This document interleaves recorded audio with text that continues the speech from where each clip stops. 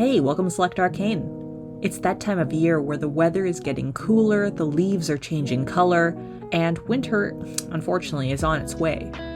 It's been unseasonably warm for where I am in Canada, so the leaves haven't actually really started to change yet. But that doesn't mean we can't start spooky season a little bit early, right?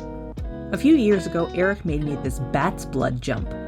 It's been one of my go-to props for performance, and I get compliments on it every single show. It's really not that hard to make, so let's give it a go and I'll show you. The concept is actually really simple. 2 wing jumps, 2 poles, and that's it. I got these little wooden bat's blood tiles actually from the Halloween section of Michael's one year, many years ago. But there's nothing stopping you from painting your own, wood burning, customizing, or finding something similar. These barbecue rib tiles I got at the exact same time, and I was so excited when I found them. I have 4 here because I want the jump to be viewed from both front and back. And they'll be reversible. Start with a 1 centimeter square dowel.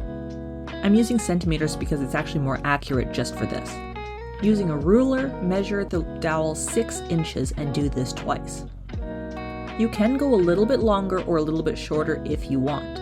These are aiming to be more so schooling show jumps, so there's no real regulations. I'm using a Japanese pull saw to cut these dowels because I personally find it easier and they make less mess. Instead of sawing back and forth like a Western saw, you actually just pull towards you, which is really neat and ergonomic.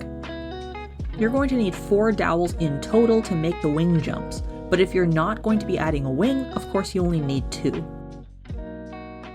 My bat's blood jump is squared off at the bottom, and that's how I bought the panels. But in this case, the rib jump is curvy, and I don't want to ruin that effect. So I'm not going to be adding a bottom piece to the jump. After cleaning up your workspace with a tiny vacuum, it's time to start gluing. For a project like this, usually I would use Elmers glue all, but I couldn't find my bottle, so Tacky glue is the next best thing. I glued each panel front to back, so now I have a pair of wings. I do regret not putting a wooden spacer in between to make it more realistic and more stable later on, so that was a big mistake on my part. I've been so busy between work and school that I've hardly had time to work on this jump, so I only got about an hour a day to work on it. The next day I started sanding the dowels. I'm using 180 grit sandpaper, but a very poor quality that's actually rougher than I'm used to, and I take off all of the sharp ends. On one end of each dowel, I sanded it until the tip tapered a little bit, like a real jump. After vacuuming my workstation again, I broke out the ruler. Measure out 5 centimeters, and then every centimeter afterwards mark with a pencil. This is going to be where you're going to drill your holes for the standards.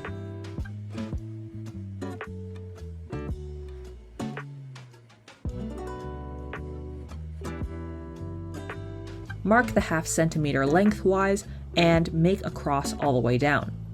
The areas where the lines cross is where your hole is going to be. At this point, I turn my attention over to my round dowels. These are going to be the poles of the jump. I measure out 8 inches and use my pull saw to cut. I'm making 2 poles, but you can make as many as you'd like. Follow the same procedure and sand with 180 grit sandpaper. Returning back to the standards, you can do the next part with a hand drill if that's all you have, but in this case I do have a Dremel drill press. Measure twice and cut once because this goes pretty quickly. Aim for the cross I mentioned on the lines that you made, and press down. This drill press makes quick work of these holes. In this case, I'm going to actually do all 4 standards with holes, but usually, like the bat's blood jump, I would only do the inside posts. The reason for this is because I want this jump to be more functional. So in this case, I can actually make a double jump. Using the same sandpaper as before, I sand down the holes that I just drilled.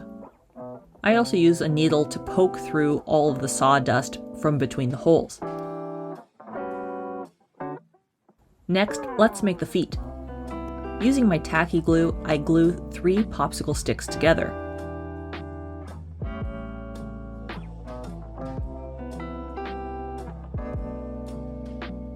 After they're completely dry, I measure them in half with my ruler and then cut them with my pull saw.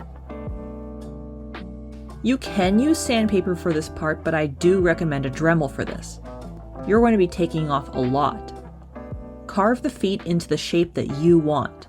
Look at real-life horse jumps for inspiration because not all standard feet are the same. This is how I did mine.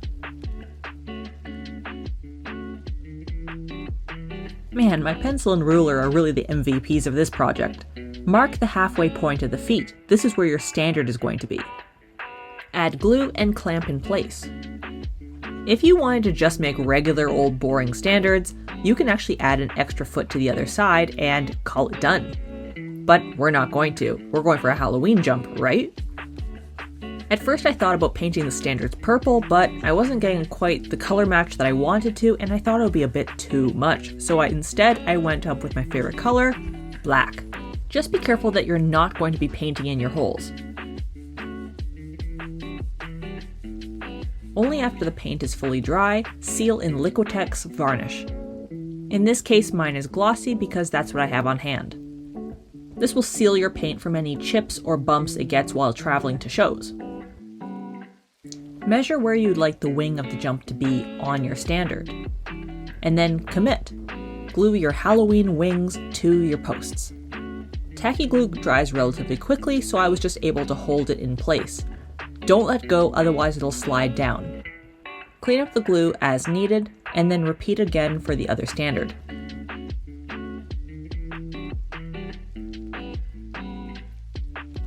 It's so exciting, we actually have functioning wing jumps right now. But wait, don't forget the poles. Paint them in any color you'd like. You can add stripes, spots, anything you want. In this case, I'm going with a weathered purple. I'm dry brushing black on to highlight that wood detail and make it a little bit more spooky. Also cover these in Liquitex Gloss Varnish. For jump cups, as you see here, I highly recommend Rio Rondo for these because they make these really gorgeous, authentic looking jump cups with pins. You can also make some yourself out of epoxy or use 3D printed jump cups. I believe you can get these from Break the Mold Studios. For a little added detail and a little extra spookiness, I paint this little resin pumpkin that I have. Hint hint, it's part of my NaMoPaymo model from 2023, this year, that I never got around to posting. So expect that video very shortly. I use golden brand gesso and paint some brown, greens, and oranges onto the pumpkin in acrylic paint. Seal the pumpkin in Liquitex Varnish, and we have a spooky Halloween jump all ready to go.